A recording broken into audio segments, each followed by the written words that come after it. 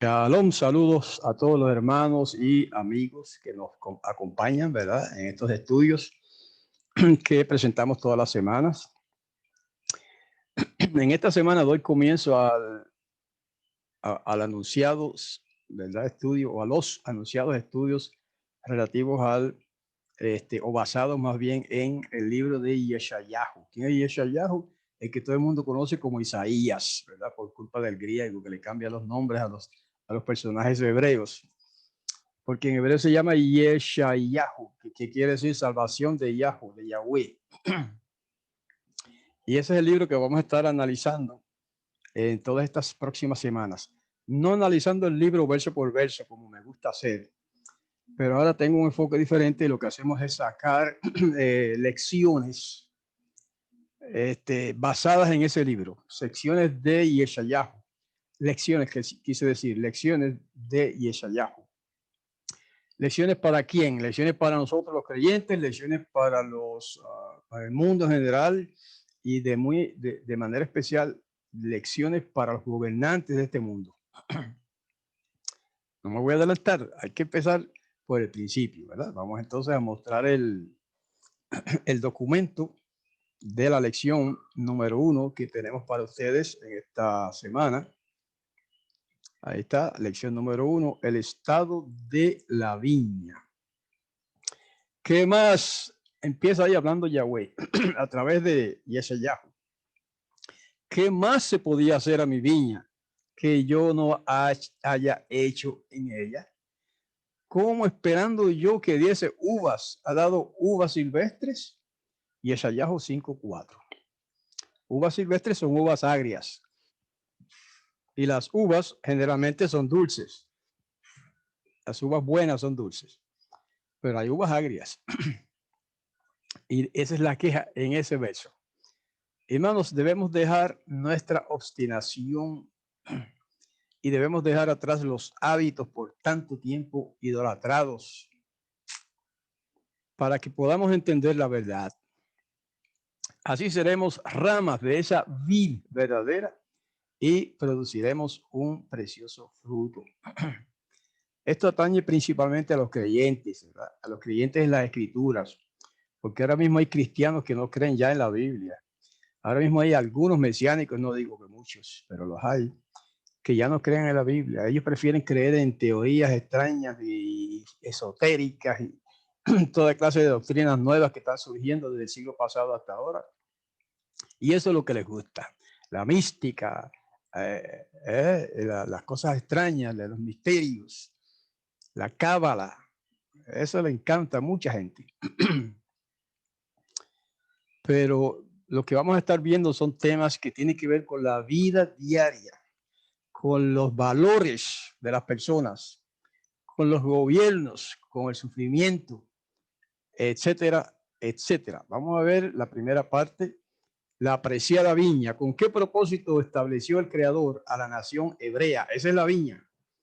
La viña, el tema de la viña es una metáfora, una comparación de Yahweh, que hace Yahweh con su pueblo. En esos pasajes que tenemos en la pantalla, Génesis 12:2 y Deuteronomio 16, y Deuteronomio 26, 17 al 19, leemos lo siguiente. Haré de ti, dice Yahweh a Israel, haré de ti una nación grande y te bendeciré. Engrandeceré tu nombre y serás una bendición. Deuteronomio 7:6. Porque tú eres un pueblo consagrado a Yahweh, tu Elohim, de todos los pueblos de la tierra. Yahweh, tu Elohim, te escogió a ti, hablando de a Israel, para ser su pueblo especial. Deuteronomio 26:17 en adelante dice: tú has afirmado en este día que Yahweh es tu Elohim, que andarás en sus caminos, que observarás sus leyes y mandamientos y reglas y que lo obedecerás. Y Yahweh afirmó en este día que tú eres, como te prometió, su pueblo atesorado, que observará todos sus mandamientos y que él te llevará a la fama, al renombre y a la gloria, muy por encima de todas las naciones que ha hecho, y que tú serás como te prometió, un pueblo consagrado a Yahweh tu Elohim. Ahí está. El primer mensaje de entrada para el pueblo de Israel de parte del Creador de todas las naciones y de todo el universo, que escogió a este pueblo hebreo, primero el pueblo hebreo, después se le llamó Israel, ¿verdad? Para ser un pueblo especial, para ser un pueblo escogido con una misión especial, no para ser un pueblo, ¿cómo diríamos? Privilegiado. No, esa no es la idea. No es que ha de ser Israel un pueblo privilegiado. Al contrario, un pueblo cargado de responsabilidades para el mundo. Pero ahora vamos a ver algunas cosas que ha cumplido Israel, otras que no ha cumplido. Algunas cosas que tienen que ver con él o los gobiernos de este mundo, ¿ok? O sea que este mensaje, si ellos quisieran escucharlo, también tiene que ver con los gobernantes de este mundo. ¿Por qué esta nación? Pero primero hablamos de Israel. ¿Por qué esta nación debía estar profundamente agradecida a Yahweh? Deuteronomio 32, 9 al 12 dice, porque la porción de Yahweh es su pueblo. Jacob, la heredad que le tocó. Él lo halló en una región desértica, en un baldío aullante y vacío.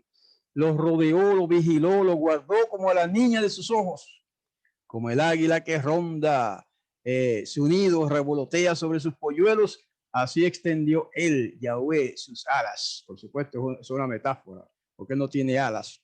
Lo tomó, lo llevó sobre sus plumas.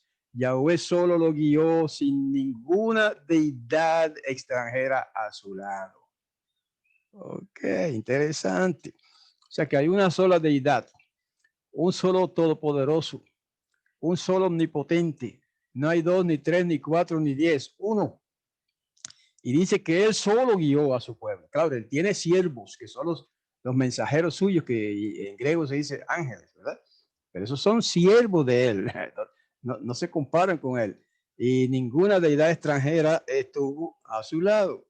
Esa es una afirmación de la misión de Israel en el mundo y una afirmación de la protección especial que Todopoderoso le ha dado, le da y le seguirá dando a ese pueblo especial que se llama Israel. Vamos a ver cómo planeó Yahweh que la nación hebrea fuera una bendición para las otras naciones y cómo se aplica esto a nosotros hoy día. Esa última parte es la más interesante para nosotros. ¿Cómo se aplica todo esto a nosotros hoy día? En Deuteronomio capítulo 4, versos 5 al 8 dice, miren, yo les he impartido a ustedes leyes y reglamentos como me ha mandado Yahweh, en este caso es Moshe que estaba hablando, para que los practiquen en la tierra que están a punto de entrar y ocupar. Obsérvenlo fielmente, que esa será una prueba de su sabiduría y discernimiento para otros pueblos, quienes al oír de todas estas leyes dirán, verdaderamente esa gran nación es un pueblo sabio y de discernimiento. Porque qué gran nación hay que tenga una deidad tan cercana como lo está Yahweh con nuestro Elohim, siempre que lo invocamos. O qué gran nación tiene leyes y reglas tan perfectas como toda esta Torá que les pongo delante hoy. Ese es el mensaje de Moshe, conocido como Moisés, para Israel. Que en otras palabras está diciendo, no hay otra nación como esta. No porque sea buena gente, porque no lo eran. No porque sean santos, porque no lo eran en aquel tiempo cuando se formó la nación. No porque sean personas especiales, excelentes. No, por el tipo de leyes que les dio el Todopoderoso. Por todo ese compendio de leyes que se le dio a Israel. Eso es lo que lo hace especial como nación. Es importante entenderlo. La condición actual de la viña. Acuérdense que la viña es Israel. Pero hay muchas cosas aquí que se apliquen al mundo entero, al mundo en general. ¿Por qué Yahweh se decepcionó con la viña que amaba? Yeshayá 5, 1 al 4 dice, quiero cantar por mi amado una canción de amor acerca de su viña. Este es un fragmento muy poético, altamente poético, de Yeshayahu, Isaías. Mi amado tenía una viña en una fértil colina. Eso es otra vez esto es como una parábola, ¿verdad? Una metáfora. La aró, la despedregó y la sembró de vides selectas. Edificó en ella una torre y hasta labró un lagar. Lagar es para hacer vino, para hacer jugo de uva y luego vino. Porque esperaba que diese uvas buenas, pero dio uvas silvestres, que son agrias. Ahora pues, habitantes de Jerusalén y hombres de Yahudá, sean ustedes los jueces entre mí y mi viña. Ahora habla Yahweh. ¿Qué más se podía haber hecho por mi viña que yo no haya hecho en ella? Porque cuando yo esperaba que diese uvas buenas, dio uvas silvestres. En otras palabras, cuando esperaba yo que diese frutos buenos, como le corresponde a una nación escogida y especial, y dieron frutos malos. De eso que se trata la primera parte del tema.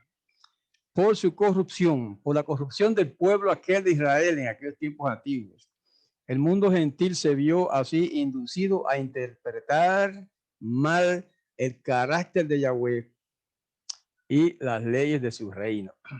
En otras palabras, hermanos, lo que nosotros hacemos en este mundo, lo que nosotros, la manera en que nosotros actuemos en este mundo, desacredita a nuestro Padre Celestial. Es como en la familia normal, humana, ¿verdad?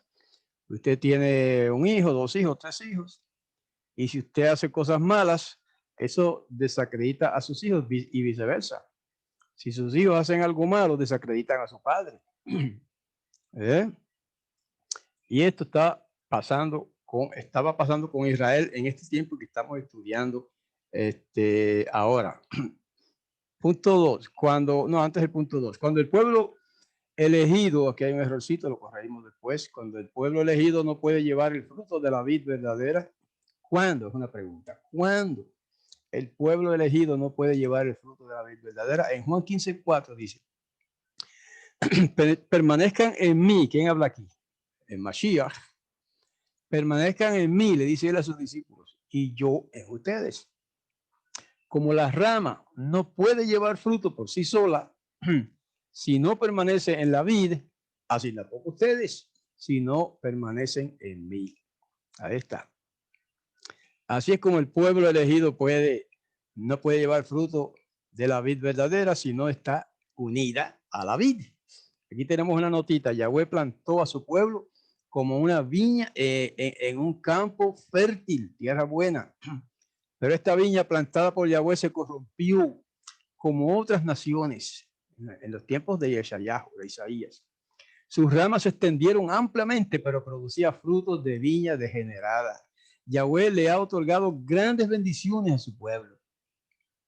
Pero en vez de multiplicar esos dones y avanzar hacia la perfección, el pueblo había caído del nivel que había alcanzado en su experiencia anterior.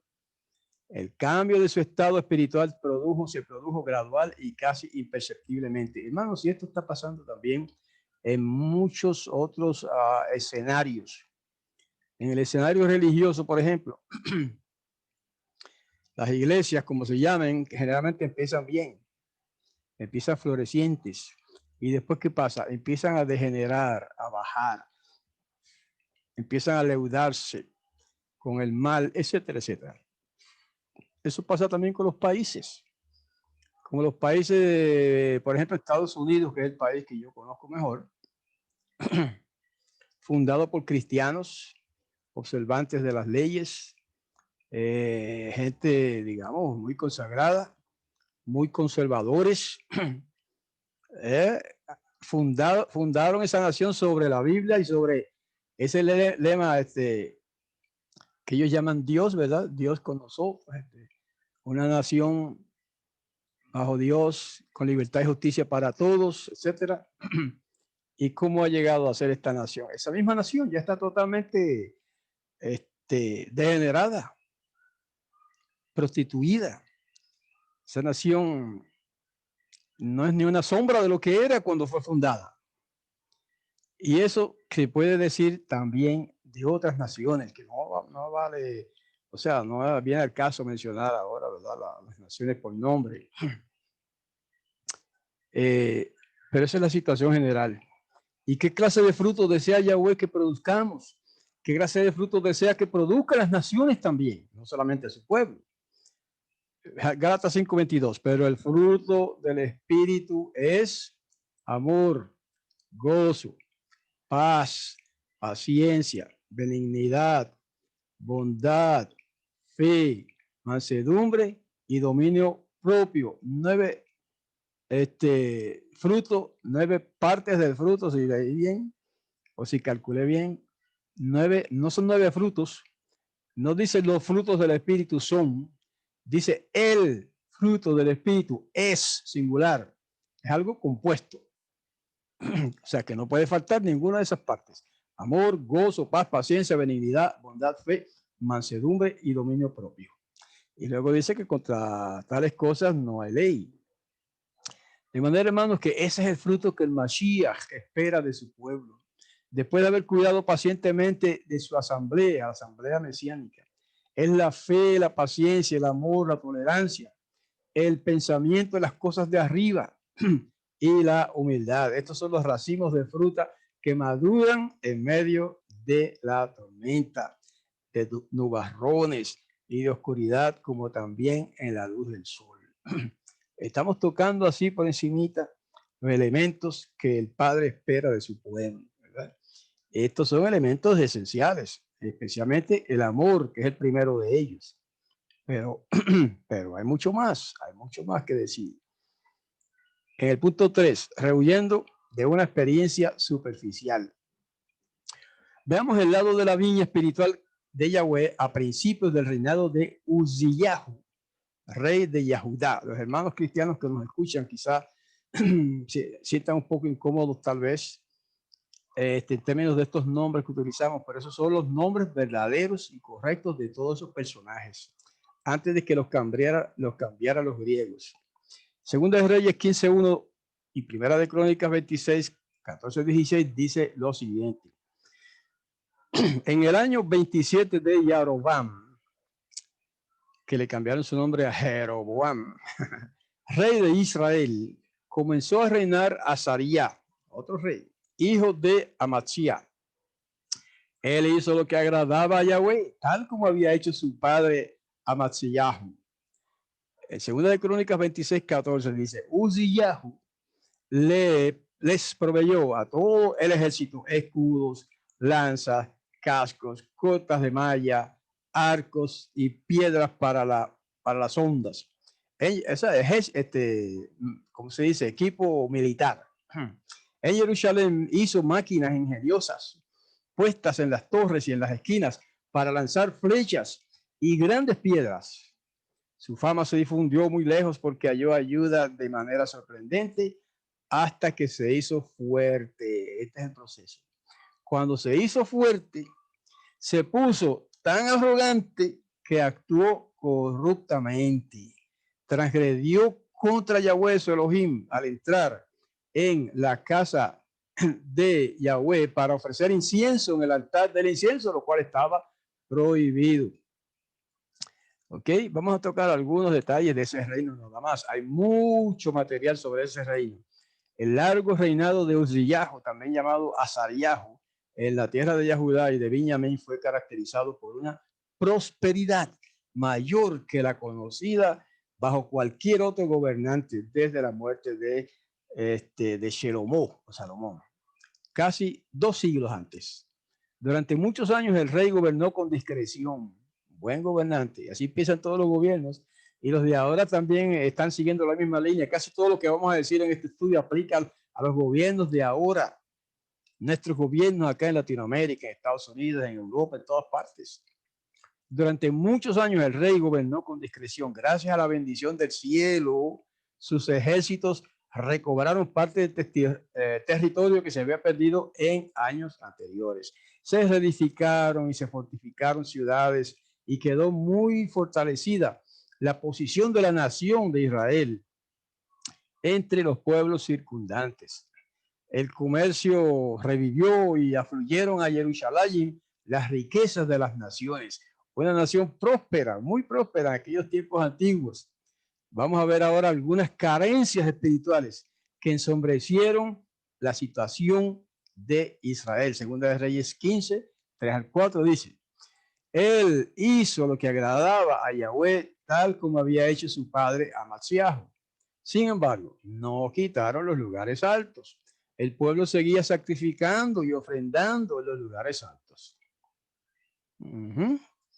Hay algo muy parecido a eso en las iglesias de hoy día.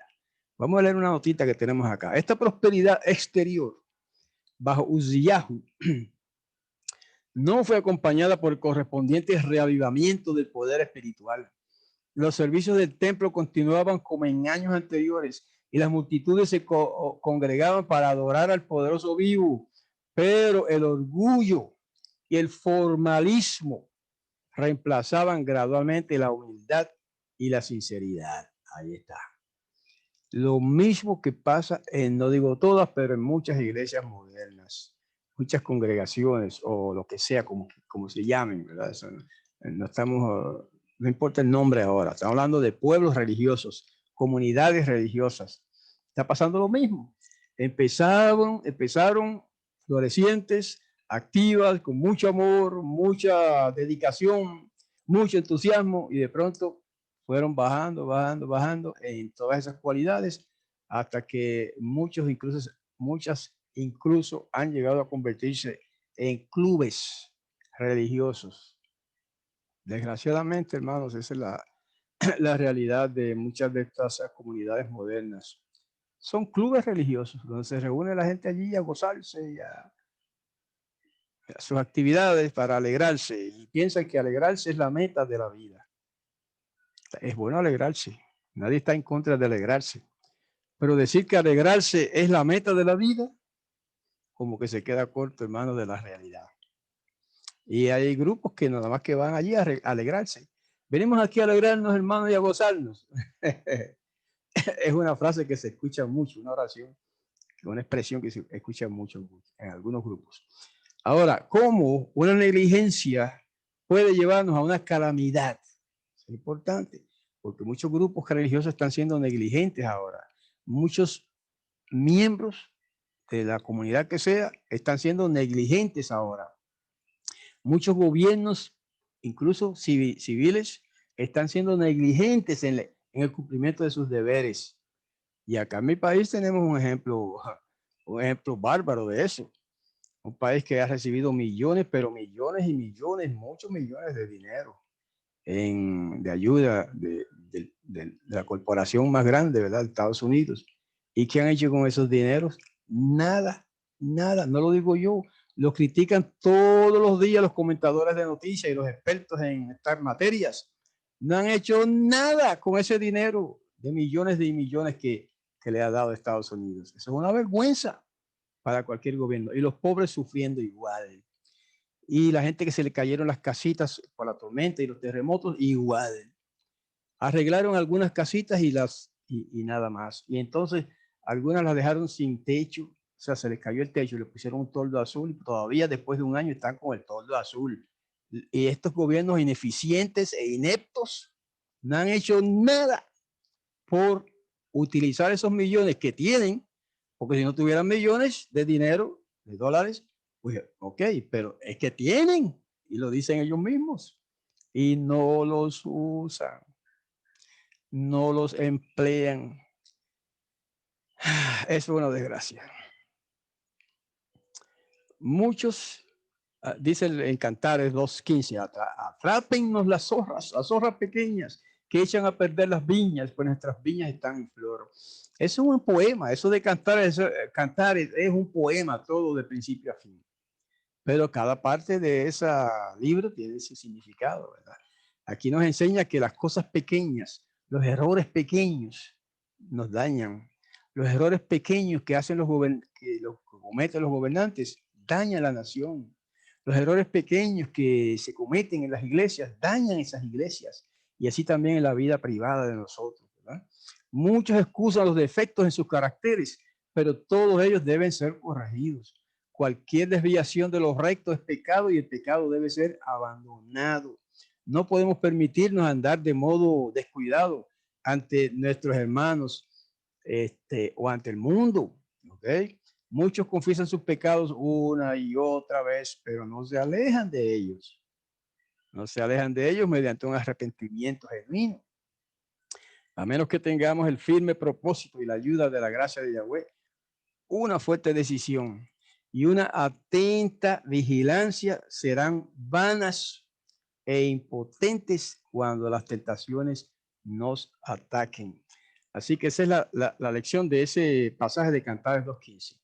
Las pequeñas negligencias en nuestra vida diaria o en los gobiernos, que es lo que hemos involucrado también a los gobiernos, las pequeñas deficiencias, las pequeñas faltas de honradez, las pequeñas desviaciones de los principios, esas son las cosas que los o nos apartan de nuestro Padre Celestial Yahweh, del Todopoderoso, del Jefe Grande, del Rey del Universo, que le encomienda a cada gobernante una nación y espera fruto de ellos, ¿verdad? Y no hacen nada por ahí, o los que hacen muy poco por ayudar a los pobres, a los necesitados, a los que sufren. Y yo creo que de eso casi ningún gobierno en este mundo se libra, de esa desgracia. No digo, habrá algunos que sí, pero yo no los conozco. Ok. Manchado por el orgullo, es el punto 4, el penúltimo punto de nuestro tema de hoy, que es más bien como una introducción. ¿Por qué vino el desastre sobre el rey Uzziyahu de Israel? Segunda de Crónicas 26, 17 a 21 dice: el sacerdote Azariahu, con otros 80 sacerdotes valientes de Yahweh, lo siguieron y confrontando al rey Uzziyahu, le dijeron: no te corresponde a ti, Uzziyahu, ofrecer incienso a Yahweh, sino a los sacerdotes aaronitas que han sido consagrados para ofrecer el incienso. Sal del santuario que has transgredido. Esto no te servirá de gloria delante de Yahweh Elohim. Uzziyahu, el rey, que tenía en la mano un incensario para quemar incienso, se llenó de ira, pero al airarse contra los sacerdotes, le brotó lepra en la frente. En presencia de los sacerdotes se puso leproso en la casa de Yahweh, junto al altar del incienso. Cuando el sumo sacerdote Azariahu y todos los sacerdotes lo miraron, vieron que tenía la frente leprosa, así que se apresuraron a sacarlo de allí, del santuario. Qué atrevido, ¿eh? Él mismo se apresuró a salir porque Yahweh lo había azotado con una plaga. El rey Uzziyahu quedó leproso hasta el día de su muerte. Siendo leproso, vivía en una casa aislada porque había sido excluido de la casa de Yahweh, mientras que su hijo Yotam tenía a su cargo la casa del rey y gobernaba a la gente del país. Así que, hermanos, ahí tenemos un ejemplo en el que una desobediencia, una insensatez de un rey lo llevó al fracaso total. En este caso no murió así por esa causa, ¿verdad? Pero le dio lepra, etc. El pecado que tuvo resultados tan desastrosos para ese rey llamado Uzziyahu fue un acto de presunción. O sea, él no tenía, él no estaba llamado a oficiar en el santuario y él lo hizo, violando una clara orden del Todopoderoso Yahweh, de que ninguno, sino solamente los descendientes de Aarón, debía oficiar como sacerdote. El rey entró en el santuario para quemar sahumerios o incienso en el altar. Usted diría, pero ¿y qué tiene que ver eso? Vamos a ver. El sumo sacerdote Azariahu y sus compañeros protestaron. Uzziyahu se llenó de ira mientras estaba allí en airada rebelión, se vio herido por el juicio divino. Ya lo leímos en el texto sagrado, ¿verdad? Le apareció letra en la frente, huyó espantado, etcétera, para nunca volver a los atrios del templo. Hasta su muerte, algunos años más tarde, permaneció leproso, como ejemplo de cuán insensato es apartarse de un claro así dice Yahweh. Entonces, hoy día, el mundo, bendición que no recibe esos castigos. Menos mal. porque está la gente desobedeciendo las leyes de Yahweh por ahí a montón, como dicen en la calle, a montón por centavo, por chavo. O sea, el mundo entero, no digo todos los individuos, pero en general, el mundo está en desobediencia de las leyes sagradas del Todopoderoso. Y es una bendición, al menos que no le digo yo, a lo mejor estoy equivocado. Algunos dicen por ahí que todas esas desgracias que están acaeciendo a la humanidad son castigos del Eterno. Yo no digo eso, pero ahora me pregunto, ¿quién sabe? Porque el mundo entero está en desobediencia, en términos generales, ¿verdad? Porque siempre hay excepciones para todas las cosas. Pero en general, el mundo entero, las naciones, los gobiernos están en desobediencia a las leyes sagradas del Todopoderoso. Y repito que yo no digo que lo que está pasando sea castigo del Creador, pero hay quienes por ahí lo dicen y muchos están predicando eso, que si terremotos, fuegos, tormentas, ciclones, desgracias, fuegos, desgracias de todas clases, dice que esos son castigos del cielo. No sé, a lo mejor son profetas y tienen la razón lo que dice, los que dicen eso, ¿verdad? Yo no soy profeta y no sé si esos son castigos del Eterno. Pero me pregunto, ¿quién sabe? El Todopoderoso es soberano y hay que tener mucho cuidado con desobedecerle. ¿Cómo considera el Todopoderoso Yahweh el orgullo? Miren lo que dice en Proverbios 6, 16, 17 y en Jacobo 4, 6. Dice, 6 cosas detesta Yahweh. Eso dijo Shalomó.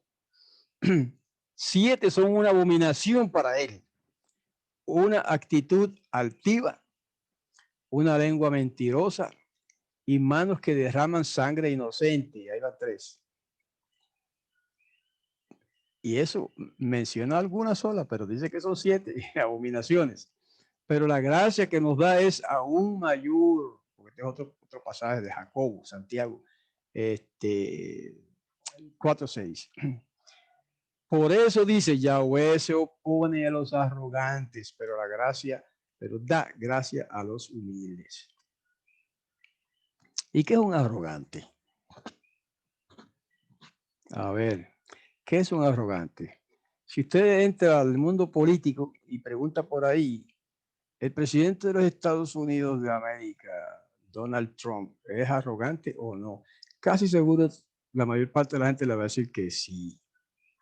Esas actitudes de él es lo que generalmente se llama arrogancia.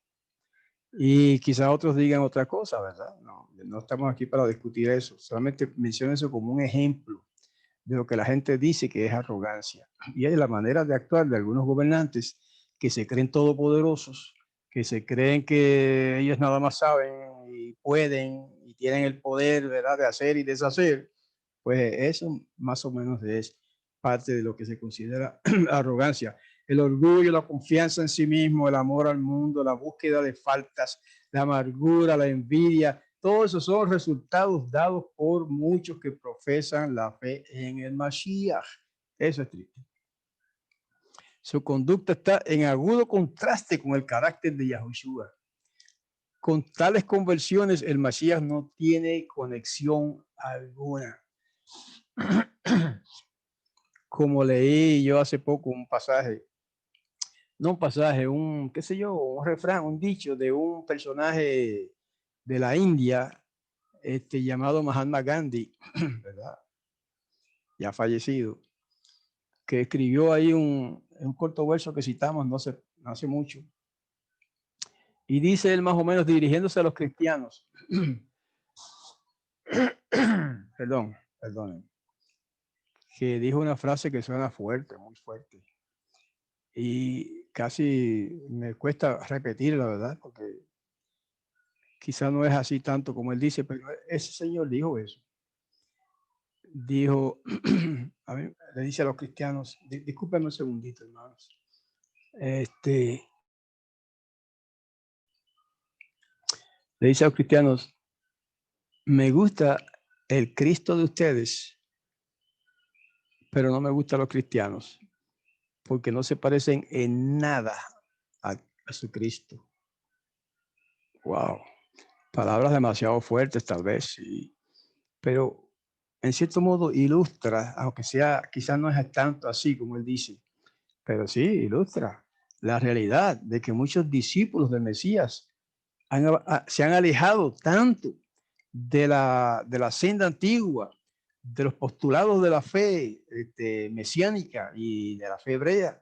Se han alejado tanto de lo que es el mensaje para el mundo que deberían transmitir los creyentes, llámense como se llamen, que entonces ya no se parecen al fundador, al supuesto fundador de su religión.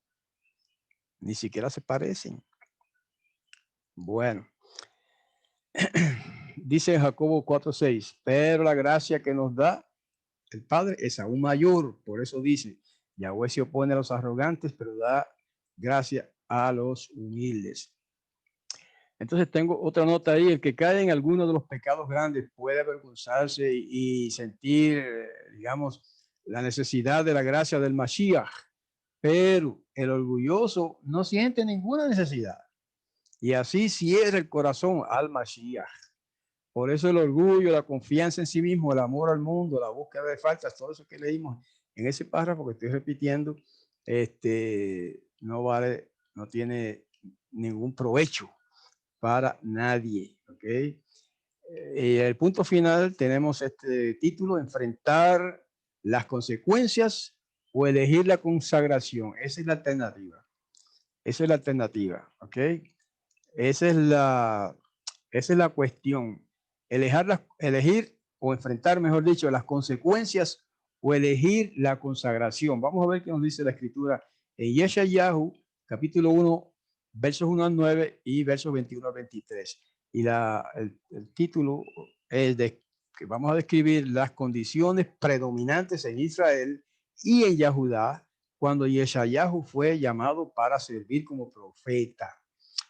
Dice así, revelación de Yeshayahu, hijo de Amoz, que profetizó concerniente a Yahudá y a Jerusalén en los días de Uziyahu, Yotam, Ahaz y Yehizkiyahu, reyes de Yahudá, o sea, en distintos periodos.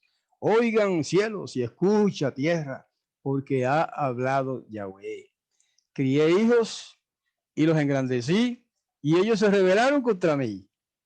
El buey, esta es la reprensión ahora, el buey conoce a su dueño y el asno el pesebre de su amo, pero Israel no conoce, mi pueblo no entiende.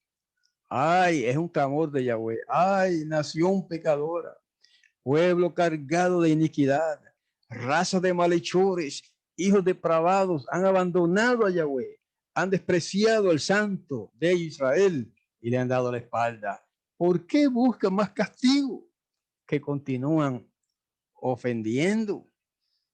Toda cabeza está dolorida y todo corazón está enfermo. Hoy estamos leyendo mucho porque son textos bastante extensos. De la planta del pie a la cabeza no hay en ella, en la nación, parte sana. Esto es lo que estaba diciendo yo de lo que aplica a los gobernantes de este mundo también. Todo heridas y golpes y llagas enconadas, no las han vendado, ni vendado, no las han drenado, debí decir, ni vendado, ni suavizado con aceite. La tierra de ustedes es una desolación. Sus ciudades están quemadas delante de sus ojos, los extraños consumen el producto de su suelo. Una tierra desolada, como destruida por extraños.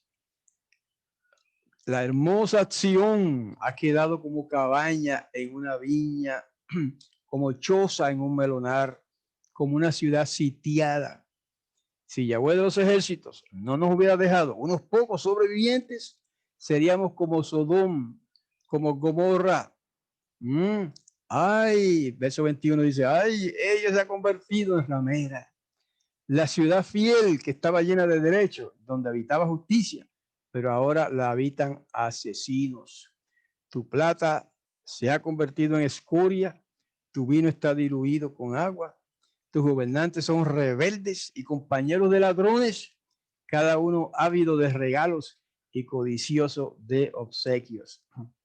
En estos últimos días, semanas y meses, los políticos y más bien los expertos en política y los comentaristas de noticias y los analistas de noticias y de la situación mundial se han espaciado hablando y describiendo a los gobernantes de este país donde yo vivo. Disculpen un segundito.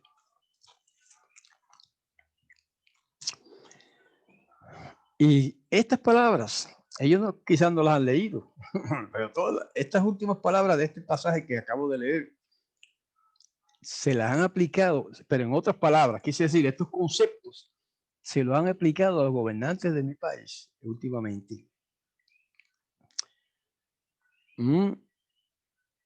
Amigos de asesinos, ladrones, borrachos, rebeldes, cada uno ávido de regalos y codiciosos de obsequios. Algunos hasta han ido a la cárcel. Qué pena que en algunos gobernantes, en algunos países, hay sin embargo ese mismo tipo de problemas, pero nadie va a la cárcel.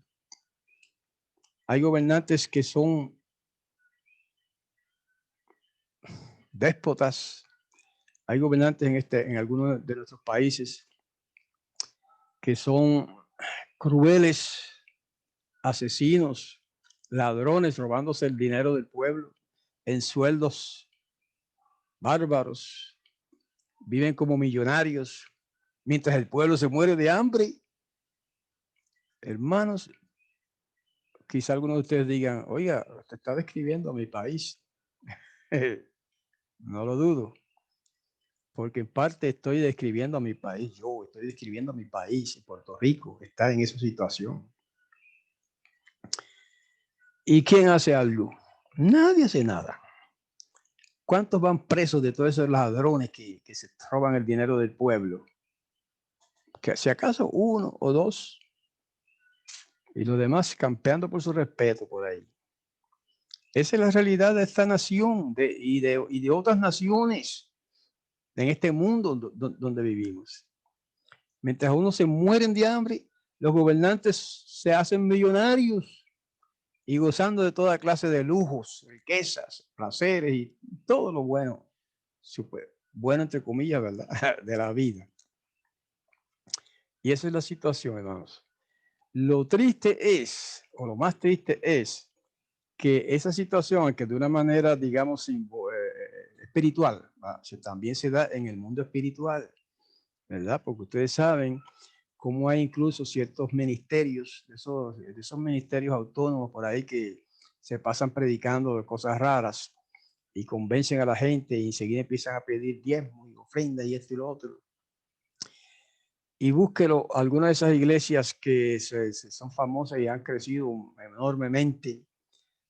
Busque donde viven los líderes, esos, los pastores, esos, en mansiones de $500,000 y algunas en más, en mansiones más caras que eso. A todo lujo, en carros lujosos, etcétera, etcétera. O sea, que simplemente estamos describiendo una situación real, una situación real. En el mundo político, en el mundo espiritual, pues hay algo parecido también. No al mismo nivel, tal vez, no es la misma extensión, pero sí, lo hay. Entonces, esa o una situación parecida a esto que estamos describiendo es lo que ocurría en el tiempo de Yeshayahu, de Isaías, en Judá y en Israel. Lo mismo, quizá en otros niveles, ¿verdad? En otros niveles, sí, pero la misma cosa. Y por eso fueron reprendidos. ¿Ok? ¿Cómo se resume la difícil situación de los fieles entonces, en aquel tiempo y ahora? Salmo 11:3 dice, cuando los fundamentos se derrumban, ¿qué puede hacer el justo? Cuando los fundamentos de una nación se derrumban, ¿qué pueden hacer los miembros justos de esa nación? Los miembros buenos. Cuando los fundamentos de una religión se derrumban, ¿qué pueden hacer los miembros justos? Cuando los fundamentos de una iglesia se derrumban, ¿qué pueden hacer los miembros justos? en esa nota final que tenemos, dice, la opresión y la obtención de riquezas iban acompañadas de orgullo en aquellos tiempos y de apego a la ostentación, groseras borracheras y un espíritu de orgías. Las prácticas impías habían llegado a prevalecer de tal manera que todas las clases sociales, que los pocos permanecían fieles a Yahweh, estaban a menudo a punto de ceder al desaliento y la desesperación. Mientras algunos se van detrás de los placeres terrenales, debemos ir detrás de la seguridad que nos brinda el Creador, Yahweh, mientras clamamos por la dirección divina para regresar a las sendas antiguas. Atiendan, hermanos, y atiendan, gobernantes de este mundo, que este mensaje es para todos nosotros. En el ámbito político, civil, pues, todo eso se aplica también, como ya hemos dicho. En el ámbito religioso, pues se aplica a todos nosotros. Cuidado con apartarnos de Yahweh. Cuidado con alejarnos de Él, de su palabra. Cuidado con declarar que su palabra es obsoleta, que ahora no es así, que ahora es de otra manera. Cuidado con poner y exaltar doctrinas extrañas, nuevas y extrañas, que contradicen la palabra sagrada del Todopoderoso Yahweh. Eso está pasando ahora entre los grupos mesiánicos, más que en la cristiandad, apartándose de las doctrinas claras y sencillas de la palabra, de la Torá, del Evangelio, etcétera, etcétera, y exaltando conceptos, teorías nuevas, que son fabricaciones de las mentes pervertidas de ellos. Mucho cuidado con eso. Es tiempo de hacer teshuvá, sí. Es tiempo de hacer teshuvá. Teshuvá quiere decir volver, regresar, convertirse a Yahweh. Es tiempo de eso, hermanos. No espere que los gobernantes de este mundo arreglen la situación. No la van a arreglar. No espere que los demás arreglen las cosas por usted. No la van a arreglar. Tiene que arreglarla usted, para usted. Y yo tengo que arreglar las cosas para mí. Y lo que yo hago también, enderezar mi vida, enderezar mis caminos, enderezar mis quizás malos pensamientos. Sobre todo, dejar atrás la negligencia, la falta de acción, de hacer algo para remediar la situación. Eso nos toca a todos, eso nos toca a todos. Así que es tiempo de hacer teshuvá. Vuelvo y recalco para los que no conocen el hebreo, que teshuvá, que a veces se traduce como arrepentimiento, significa más que arrepentimiento, significa conversión, volver atrás, como que íbamos en una dirección equivocada y entonces nos tornamos y volvemos a Yahweh. Eso es lo que significa teshuvá.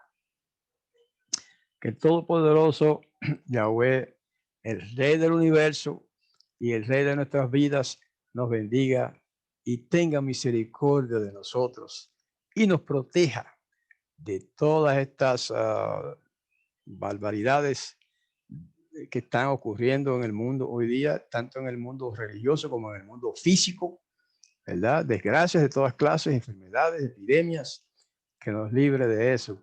Es mi deseo, en el nombre de nuestro amado Maestro, Salvador y Redentor, Yahoshua, el Mashiach, el Mesías, el ungido del Todopoderoso Yahweh. Así que con esto me despido de los hermanos que nos están escuchando en YouTube. Hasta la próxima. Shalom.